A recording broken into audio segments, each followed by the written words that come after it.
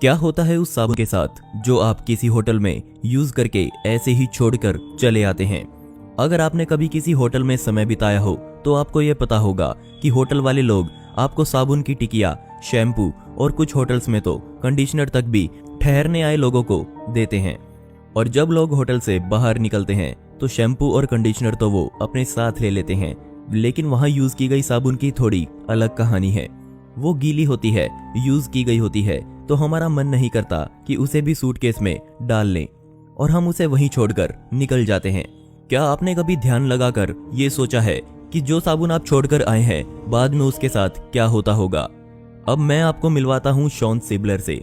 उनके दिमाग में भी कुछ ऐसा ही ख्याल आया और जो बाद में पता चला वो सच में चौंका देने वाला था। शॉन एक IT इंजीनियर है और उनकी जॉब कुछ ऐसी थी कि साल में 5 महीने उनको घर से बाहर अलग अलग होटल्स में रुकना पड़ता था। इसका मतलब उन्होंने होटल्स में बहुत ज्यादा समय बिताया और एक रात उन्होंने ये सोचा कि जिस साबुन को उन्होंने अभी पैकेट से बाहर निकालकर सिर्फ एक बार यूज किया है, बाद में इस साबुन के साथ क्या होगा। जब होटल स्टाफ से इस बारे में पूछा गया तो उन्होंने बताया कि इस साबुन को अब फेंक दिया जाएगा। इसके बाद शॉन ने थोड़ी रिसर्च करी कि हर साल कितनी साबुन की टिकिया को पूरे अमेरिका में ऐसे ही फेंक दिया जाता है, और वो बहुत ज्यादा उदास हो गए क्योंकि जो नंबर बाहर निकल कर आया वो बहुत ज्यादा था। इसके बाद उनके दिमाग में साबुन को रीबैजिंग करने का आइडिया आया।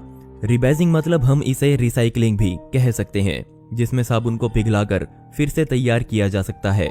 और फिर वो क्लीन द वर्ल्ड नाम की एक संस्था से मिले, जिसमें उनको पता चला कि हर साल नहीं बल्कि हर दिन हजारों लोगों की मौत हो जाती है क्योंकि उनको सही साफ सफाई नहीं मिल पाती। मरने वाले लोगों में बच्चे खास तौर से शामिल होते हैं। अब शॉन ने अपनी नौकरी छोड़ दी और पूरी दुनिया को साबुन की रीबैजिंग के बारे में बताया, और आज उनकी कंपनी ना सिर्फ आधी दुनिया में बल्कि हमारे भारत में भी काम कर रही है। शॉन की कंपनी होटल के साथ पार्टनरशिप करती है और लगभग 40 रुपए एक कमरे के हर महीने वो होटल से लेती है। इसके बदले वो होटल के द्वारा फेंकी जाने वाली साबुन को रिसाइकिल करने का काम करती है। और आज ये कंपनी ना सिर्फ साबुन बल्कि शैम्पू, कंडीशनर के साथ साथ बॉडी वॉश भी रिसाइकिल करती है, और रिसाइकिल किए गए सामान को दुनिया भर में बेघर लोगों में बांट दिया जाता है। कंपनी होटल के स्टाफ के साथ मिलकर हर महीने हर होटल से यूज की गई साबुन को उठाती है। कंपनी को शुरू हुए अभी ज्यादा समय नहीं हुआ, पर फिर भी वो बहुत बड़े स्तर पर आज पहुंच चुकी है। पिछले साल उन्होंने 4 लाख हाइजीन किट्स को पूरी दुनिया में बांटा, जिसमें लगभग 70 लाख साबुन थे। और शॉन ने बताया कि अभी उनके पास कुछ देशों के लगभग 20% होटल ही हैं, मतलब अभी भी 80% से ज्यादा होटल की उनके साथ पार्टनरशिप नहीं है। शॉन अकेले ऐसे आदमी नहीं है जिन्होंने होटल में यूज की गई साबुन को देखकर इसे रिसाइकिल करने की सोचा हो। हमारे भारत में भी रहने वाले समीर लखानी भी कुछ ऐसे ही हैं, जिन्होंने इको सोप बैंक नाम की कंपनी खोली, और ये भारत में बहुत से होटल से यूज की गई साबुन की टिकिया को उठाने का काम करती है और उसे सैनिटाइज करके फिर से नया बनाया जाता है। समीर ने अपनी कंपनी 2014 में खोली और आज वो हर साल 6 लाख से ज्यादा लोगों तक साबुन और कुछ हाइजीन प्रोडक्ट्स पहुंचाते हैं। सुंदरा भी एक कंपनी है जो साबुन को रिसाइकिल करती है, और ये ना सिर्फ साबुन को रिसाइकिल करती है बल्कि दुनिया भर में सिर्फ महिलाओं को ही नौकरी करने का मौका भी देती है।